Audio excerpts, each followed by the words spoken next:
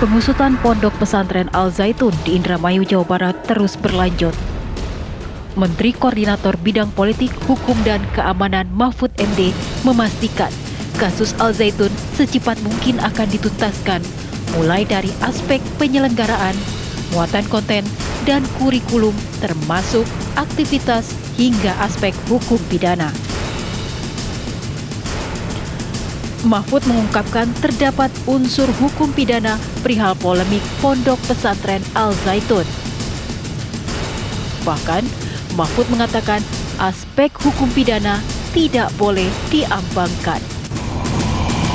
Itu ada aspek hukum pidana. Yang aspek hukum pidana tentu akan ditangani oleh Polri dan tidak akan diambangkan. Tidak boleh ada satu perkara itu diambangkan. Kalau iya, iya. Kalau tidak, ya tidak. Gitu. Jangan laporan ditampung lalu ada hambatan sana-sini, tidak jalan. Ada target waktu? Jelas. Nggak ada, kalau hukum tidak ada target waktunya. Tetapi secepat mungkin akan diselesaikan. Karena di situ aspek pidana. Tetapi pondok pesantrennya kita akan evaluasi secara administratif. Ya, tindakan evaluasinya itu apa? Melihat penyelenggaraannya, melihat kurikulumnya, melihat konten pengajarannya dan sebagainya. Sehingga hak untuk belajar bagi para santri dan murid-murid di situ tidak akan diganggu. Terus berjalan. Katanya masih menerima pendaftaran, silakan terima pendaftaran karena pondok pesantren itu adalah lembaga pendidikan yang harus kita bina. Tetapi orangnya yang melakukan pelanggaran-pelanggaran hukum ya harus ditindak secara tegas sesuai dengan info dan laporan tentang peristiwa-peristiwa konkret yang terjadi di tengah-tengah masyarakat. Gitu aja. Sebelumnya, Mahfud MD menyampaikan 3 tindakan yang akan dilakukan dalam penanganan Al Zaitun. Mulai dari pidana, administrasi, hingga aspek ketertiban sosial dan keamanan. Lantas, bagaimana implementasi Polri setelah pernyataan Menko Polhukam bahwa ada aspek pidana di kasus Al Zaitun? Akankah polemik Al Zaitun akan diusut secara tuntas? Tim TV One mengabarkan.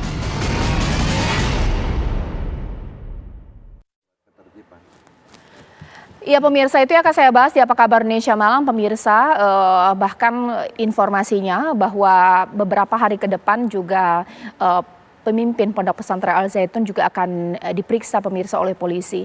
Apakah ini kemungkinan terkait dengan dugaan pelanggaran pidana untuk Pondok Pesantren Al Zaitun pimpinan Panji Gumilang. Itu yang akan saya bahas di Apa Kabar Indonesia Malam hari ini. Di studio TV One sudah hadir narasumber saya, pengamat pidana Pak Kudri. Selamat malam, Assalamualaikum.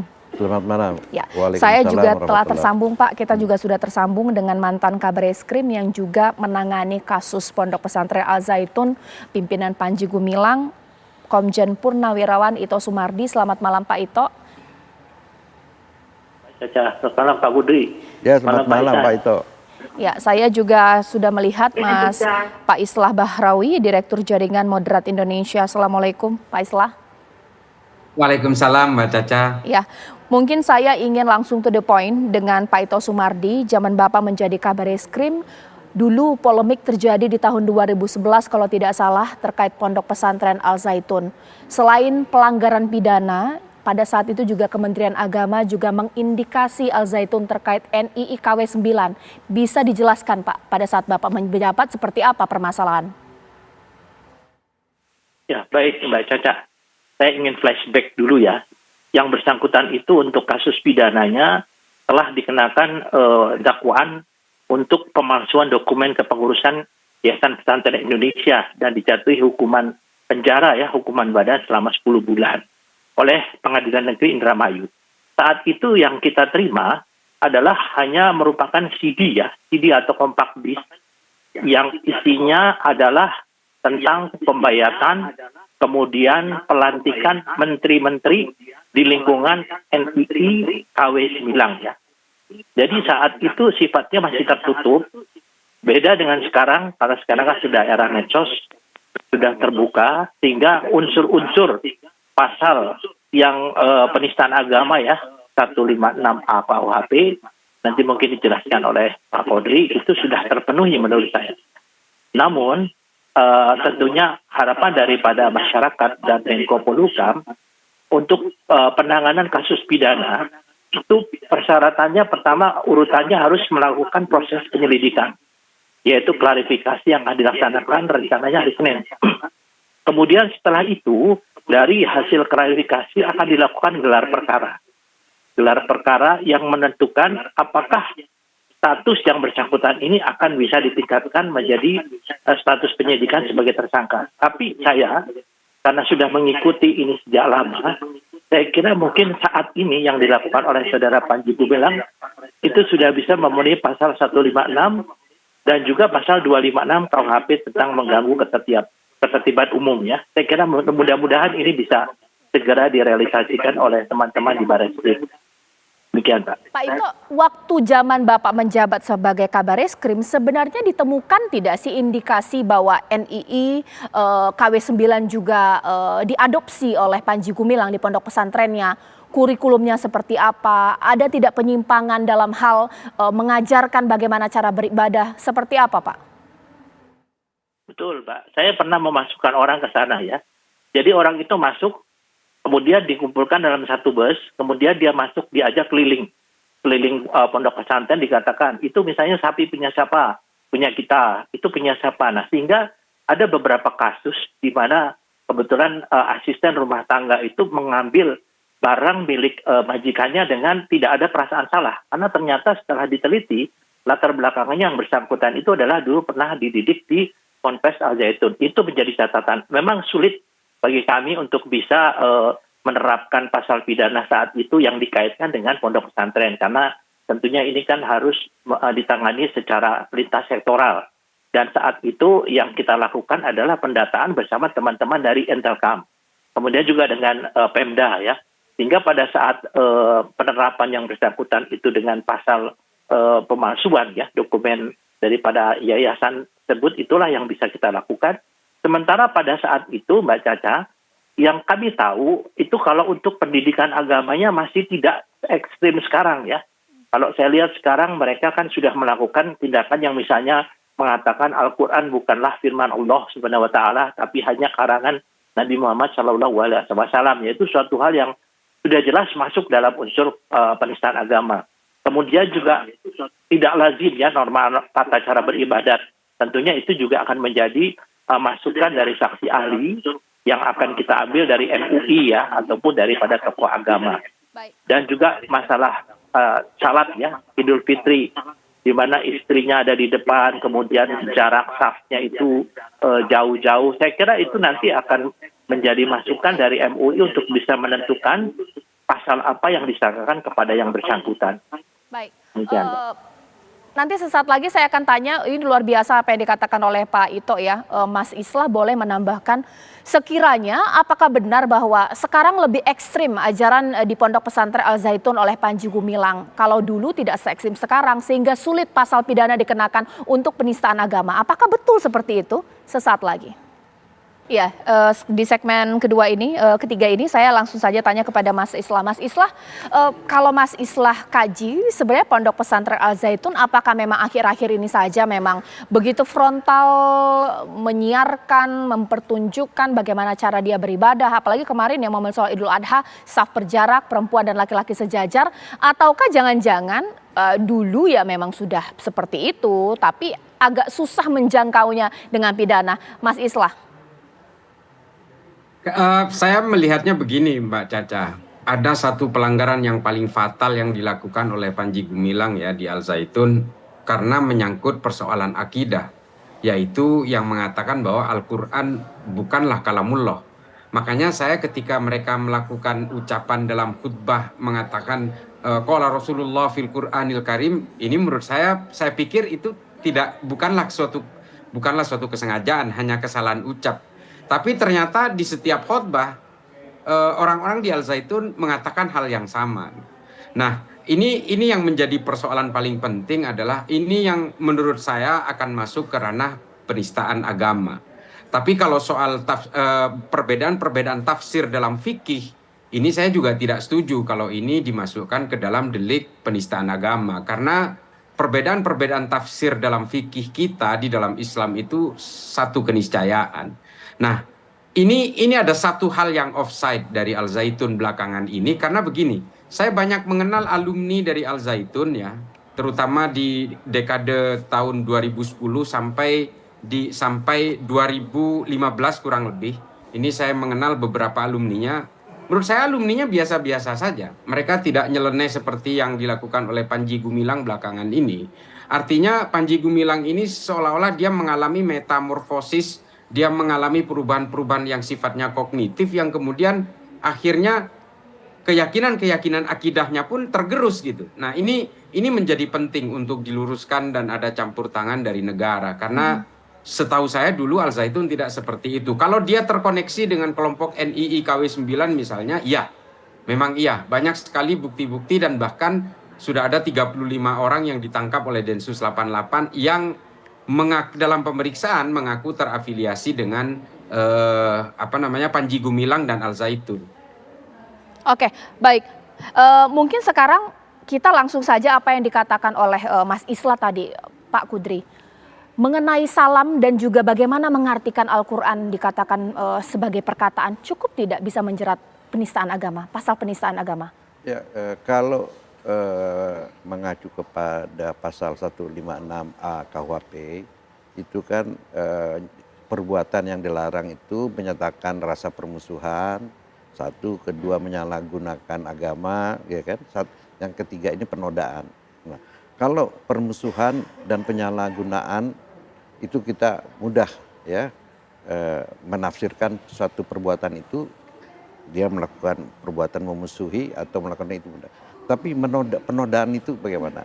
Nah, penodaan itu kan merusak rasa kesucian terhadap, tentu dalam hal ini adalah kesucian agama, ya kan? Nah, kesucian agama itu apa? Apakah dari sudut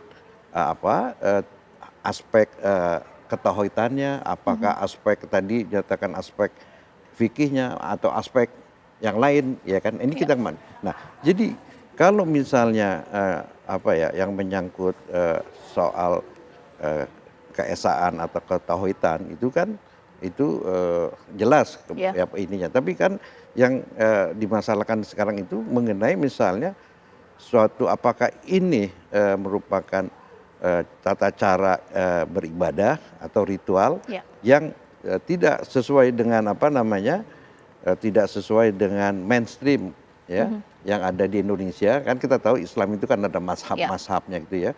Nah, apakah ini tidak sesuai dengan mazhab yang ada yang mainstream yang ada di Indonesia, ya kan? Atau misalnya dia itu melakukan suatu penafsiran ya yang yang tidak umum ya yang dilakukan oleh ini. Nah, itu untuk menyatakan seperti itu tentu adalah harus ada ahlinya. Nah, sekarang permasalahan siapa, dari pihak mana ahlinya? Apakah Kementerian Agama, apakah MUI, apakah dosen ini kan gitu kan? Itu karena menyangkut kepada mazhab. Tapi kalau secara umum ya, secara mainstream, secara umum yang diinikan yang ada di Indonesia dianggap itu bisa ya merendahkan atau merusak ya tradisi atau ya tradisi kan di dalam Islam juga itu merupakan bagian daripada ketauhidan itu gitu ya. Jadi kita harus pastikan ya, kalau menurut misalnya dari pendapatnya Mas Islah itu ya kita tentu udah itu kena ya, sudah dikenakan itu. Tapi untuk sementara ini kan mesti harus ada pendapat ahli gitu ya. Kalau kita misalnya kan kejadian ini bukan hanya baru sekarang Mbak Caca, ya kan tahun 2011 juga pernah, ya kan? Nah ini, nah itu jadi kalau mengenai soal penistaan atau penodaan agama, tapi yang dikhawatirkan ini karena dikaitkan dengan NII, ya kan? Apakah ini bisa dikenakan pasal yang lebih serius? Ya kan? Artinya apakah ini akan mau merubah ideologi negara? Baik, ditahan dulu. Pak Kudri, seperti kita ketahui memang pemirsa tepatnya hari Senin, kemungkinan hari Senin Direktorat Tindak Pidana Umum Barreskrim juga akan mengagendakan pemanggilan terhadap pimpinan Pondok Pesantren Al Zaitun Panji Gumilang khususnya terkait dugaan penistaan agama. Pada Senin pekan depan pemirsa, penyidik Direktorat Tindak Pidana Umum Barreskrim Polri mengagendakan pemanggilan terhadap Panji Gumilang pada hari Senin pekan depan.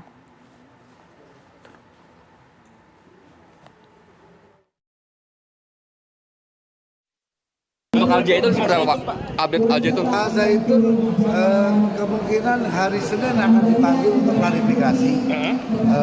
Kemungkinan kalau tidak hadir, Direktur Tindak Pidana Umum akan melakukan gelar perkara. Ya, mudah-mudahan dari hasil gelar perkara tersebut, apakah perkara tersebut bisa naik ke penyidikan atau tidak, mudah-mudahan nanti diputuskan hari Selasa. Pemanggilan terhadap Panji Gumilang, Pak ya? Klarifikasi. Klarifikasi. Selain yang bersangkutan udah ada belum Pak saksi yang sudah diperiksa? Saya yakin penyidik sudah melakukan klarifikasi kepada beliau, tentunya saksi-saksi yang lain sudah dilakukan pemeriksaan.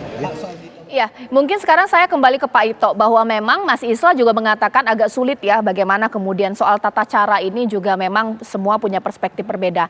Pak Ito, waktu Bapak menjabat sebagai Kabarreskrim mengenai pendefinisian Panji Gumilang terhadap Al-Quran, samakah dengan sekarang dikatakan Al-Quran bukan dari Allah tapi adalah perkataan Rasul, seperti apa Pak Ito? Ya, saat itu Mbak Caca tidak ada ya. Sehingga kita mungkin tahu bahwa Menteri Agama saat itu Pak Surya Dharma Ali kan mengatakan tidak ada masalah yang dilanggar ya untuk masalah penistaan agama. Tapi saya kembali kepada tadi pernyataan saya bahwa saat ini kan sudah ada beberapa alat, mungkin sudah ada beberapa indikasi yang bisa masuk ke dalam pasal 184 ayat 1 KUHP. Ini kan yang harus dilakukan oleh penyidik Polri ya. Yang pertama adalah keterangan saksi, tentunya kita sudah punya keterangan saksi pelapor ya. Kemudian keterangan ahli yang tadi mungkin dari MUI, dari ahli agama, ahli tafsir agama, ya. Kemudian surat petunjuk, dan yang hari Senin itu kan termasuk dalam keterangan yang nanti akan dilihat apakah dari keterangan atau klarifikasi saudara Panji Gumilang itu bisa ditingkatkan menjadi tersangka ya. Kalau penyidikan tentu menjadi tersangka. Nah, saya kira mungkin ini sedang berproses. Dan apa yang disampaikan oleh Pak Prof. Mahfud, yaitu Menko Polhukam, harus ada kepastian, tidak akan diambangkan. Sehingga di sini saya kira dengan pernyataan-pernyataan saudara Panji Gumilang maupun perilakunya dia yang mungkin tidak lazim sesuai dengan tata cara dalam menjalankan ibadah agama, ini akan menjadi satu masukan yang kita ambil dari beberapa keterangan ahli sebagai salah satu unsur pasal 184 ayat 1, sehingga bisa ditetapkan kasus ini menjadi kasus pidana atau tidak. Tapi kalau keyakinan saya ini melihat daripada bukti-bukti saat ini, kemudian pernyataan yang bersangkutan, ini kelihatannya bisa akan maju menjadi satu kasus pidana. Mudah-mudahan sehingga keresahan atau kegaduhan di masyarakat ini bisa segera diredam ya. Demikian. Oke, Mas Islah gimana? Kira-kira bisa lolos tidak sih sekarang, ataukah mungkin sama seperti 2011 sulit untuk menjeratnya dengan penistaan agama?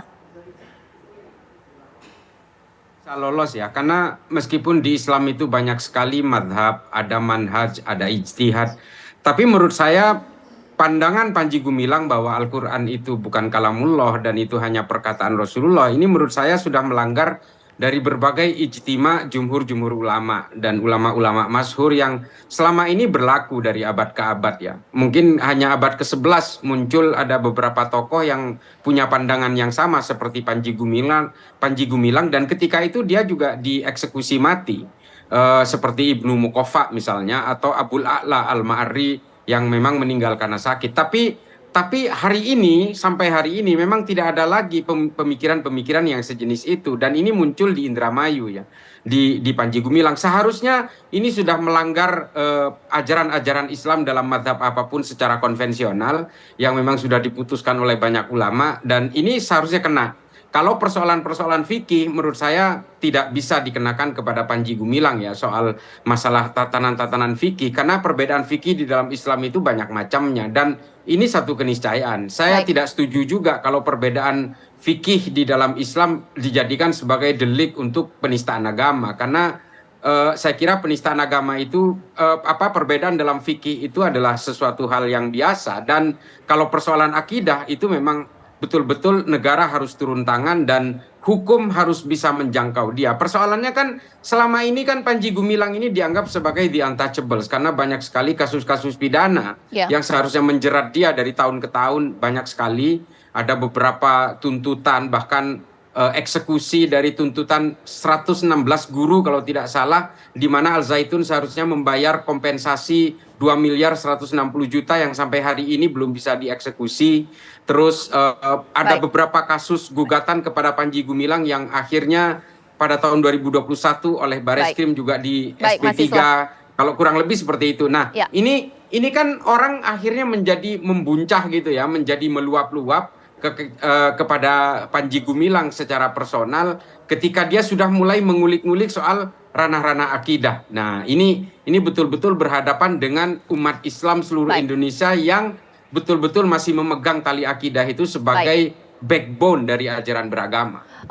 Sesaat lagi dengan Pak Kudri, pasal penistaan agama, mengganggu tertiban dan undang-undang ITE, maksimum bisa berapa ya Pak ya? Sesaat lagi di Apa Kabar Indonesia Malam. Ya pemirsa, nah sekarang saya tanya kepada Pak Kudri. Pak Kudri, kira-kira mungkin tidak sih Panji Gumilang bisa dikenakan pasal berlapis penistaan agama, mengganggu tertiban undang-undang ITE, atau jangan-jangan bisa lolos juga? Ya itu kalau berlapis itu dakwaan, maksudnya mungkin gabungan tindak pidana ya. Dia melakukan beberapa perbuatan yang melanggar tindak pidana. Atau ada suatu perbuatan tetapi melanggar beberapa tindak pidana gitu ya. Nah itu kita bicara soal gabungan tindak pidana. Nah di gabungan tindak pidana itu adalah nanti hukumannya itu kan maksimal itu adalah dicari hukuman yang paling terberat dari pasal yang dilanggar itu ditambah sepertiganya. Ya kalau misalnya ini katakanlah penistaan agama pasal 156A KUHP ditambah misalnya ini karena disengaja oleh kalangan Al Zaitun itu menyebarluaskan melalui media elektronik, dikenakan melanggar ITE atau dia dikenakan pelanggaran ketertiban, itu kan ada beberapa tindak pidana yang dilanggar oleh katakanlah Panji Gumilang ya, itu nanti ancaman hukumannya itu adalah yang ditambah sepertiga yang paling berat. Tapi dalam kesempatan ini saya mau menggarisbawahi apa yang disampaikan oleh Pak Ito itu mengenai pembuktian. Jadi pada waktu yang lalu mungkin perbuatannya itu sudah bisa dianggap menoda atau menodai atau menista agama, tetapi tidak cukup alat bukti, ya nggak ada saksi, ya tidak ada ahli misalnya yang apakah ada ahli mengenai rekaman atau foto gitu kan, itu susah juga pada waktu itu. Tapi kan sekarang ya kan karena ada alat bukti elektronik ya, misalnya dalam ini misalnya ada video dan videonya itu sendiri dibuat oleh kalangan Al Zaitun sendiri, itu kan sudah menunjukkan ada satu perbuatan dan videonya itu ada suaranya, bukan hanya video yang tanpa suara, itu kan kesulitan. Tapi kalau ini ada video, ada audionya, jadi itu ya saya kira lebih mudah untuk membuktikan perbuatan itu ya untuk ditingkatkan ke tingkat kepenuntutan ke pengadilan ya. Jadi waktu yang dahulu mungkin kekurangan alat bukti. Tapi kan yang menjadi masalah yang menjadi pendapat apakah perbuatan itu sudah menoda agama apa belum?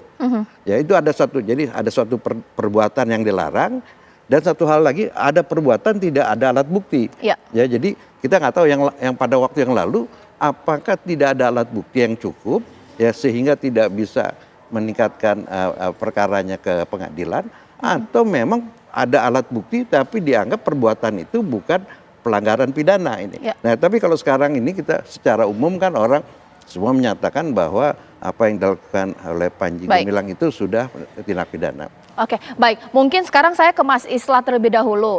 Dalam beberapa kesempatan bahkan juga sudah berbicara dan membantah semua tuduhan mengenai sesat, bahkan juga penistaan agama, bahkan kalau bisa ya sudah kita berdebat aja secara akademis. Nah, kira-kira ini bagaimana? Cukup tidak sih kemudian para kalangan akademisi tidak membawa ini ke ranah pidana, cukup diselesaikan saja? Seperti apa, Mas Islah? Kalau saya lebih setuju kepada persoalan pidana dulu. Artinya ranah pidana penegakan hukum harus masuk ke sana karena Panji Gumilang ini kan bukan orang yang biasa-biasa saja. Kalau orang biasa-biasa saja, orang antah berantah gitu ya punya pemikiran agak nyeleneh ya mungkin lain cerita lah. Silahkan cukup diberikan dengan ajakan-ajakan diskursus keilmuan, penyadaran-penyadaran tentang ilmu akidah dan fikih dan sebagainya. Tapi dia membawahi ribuan santri, dia membawahi ribuan alumni, dan membawahi satu lembaga pendidikan yang bisa dikatakan ini adalah salah satu lembaga pendidikan terbesar di Indonesia hari ini selain Gontor, Tebu Ireng, Lirboyo, dan sebagainya.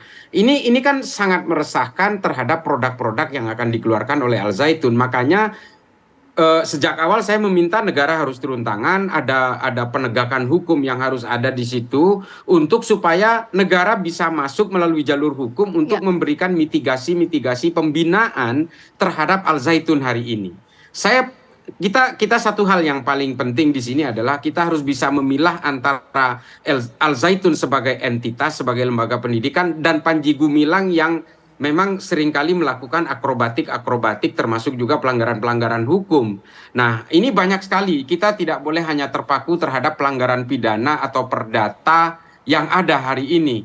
Kalau kita mau setback ke belakang, banyak sekali laporan-laporan pelanggaran pidana yang dilakukan, tapi selama ini saya katakan sekali lagi, Panji Gumilang bisa dikatakan the untouchables. Banyak sekali gugatan-gugatan pemalsuan surat tanah, termasuk pemalsuan tanda tangan yang akhirnya sudah ditahan. Belum lagi soal pelecehan seksual yang dianggap tidak memenuhi unsur untuk dilanjutkan perkaranya, termasuk SP3, dan kemudian tuntutan yang kemudian dimenangkan oleh proses peradilan, proses hukum lanjutan yang sampai hari ini tidak bisa dieksekusi. Nah, ini kan semua adalah semacam bahwa dia Panji Gumilang ini memiliki cangkang yang bisa dikatakan orang kuat, dan juga mungkin juga punya cangkang orang di luar Al Zaitun yang hadir setiap satu Muharram ke Al Zaitun yang jumlahnya ribuan. Nah, ini adalah bagian dari cangkangnya Panji Gumilang, entah itu pejabat yang kuat, entah pensiunan-pensiunan jenderal yang ada di pemerintahan hari ini, atau orang-orang kuat yang punya akar politik yang luar biasa, atau juga kelompok-kelompok yang sebenarnya ingin menggusur Pancasila dan ingin menjadikan Indonesia sebagai negara Islam lewat NII KW 9 itu. Banyak sekali. Pak Ito, ini boleh harus ada dikomentarin? kajian yang sangat mendalam dari Mabes Polri, saya kira ya. Pak Ito, bahkan ini tudingannya adalah di-backing oleh jenderal-jenderal purnawirawan. Seperti apa, Pak Ito? Baik, saya bicara dari aspek hukum saja, Mbak, ya, bahwa Polri ini kan bagian daripada criminal justice system, ya, di mana kita itu hanya sebagai penyidik, nanti kemudian dari pihak kejaksaan sebagai penuntut, dan berujung pada di proses peradilan. Tadi betul yang disampaikan oleh Pak Islah, bahwa kita harus memisahkan antara fikih dengan akidah, ya, dan tentunya untuk bisa menentukan apakah ini sudah masuk dalam unsur-unsur pidana sesuai dengan pasal 184 ayat 1 KUHP, yaitu alat bukti, tentunya kita juga harus meminta keterangan dari para ahli, yang sehingga nanti bisa diterima di proses JPU. Ya. Kemudian tadi betul yang disampaikan oleh Pak Fakir, ya, yang disampaikan bahwa pada saat saya menangani, ya, itu pada saat itu memang kesulitan kita untuk bagaimana mendapatkan alat bukti yang cukup. Ya. Kemudian ada intervensi, ya, saat itu dari pejabat Kementerian Agama, yang sehingga pada saat itu kasusnya ini menjadi mengambang. Nah, ini yang tentunya belajar daripada kasus yang lama. Pak Menko Polhukam mengatakan bahwa kasus ini tidak akan diambangkan, apalagi saat ini kita sudah masuk tahun politik.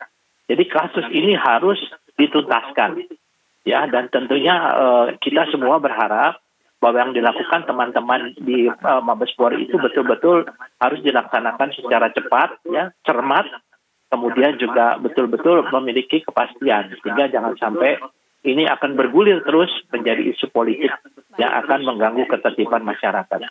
Baik, Pak Saya Iko, kira itu, terima Mbak. kasih banyak atas waktunya, Mas Islah terima kasih, Pak Kudri terima kasih. Kita tunggu nanti bagaimana ini proses hukum Senin akan mendatangi Barreskrim Polri.